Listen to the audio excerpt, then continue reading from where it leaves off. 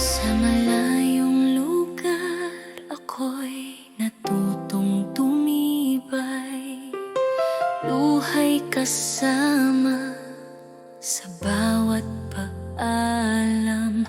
Sa mga gabing ako'y nag-iisa, dasal ko'y pangalan ng aking mga anak. Hindi madali ang magpanggap na matatag kapag puso'y gustong umiyak. Ngunit para sa bukas nila, pinili kong tumayo at lumaban.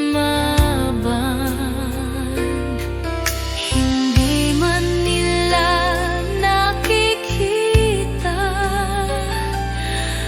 alam kong ramdam nila.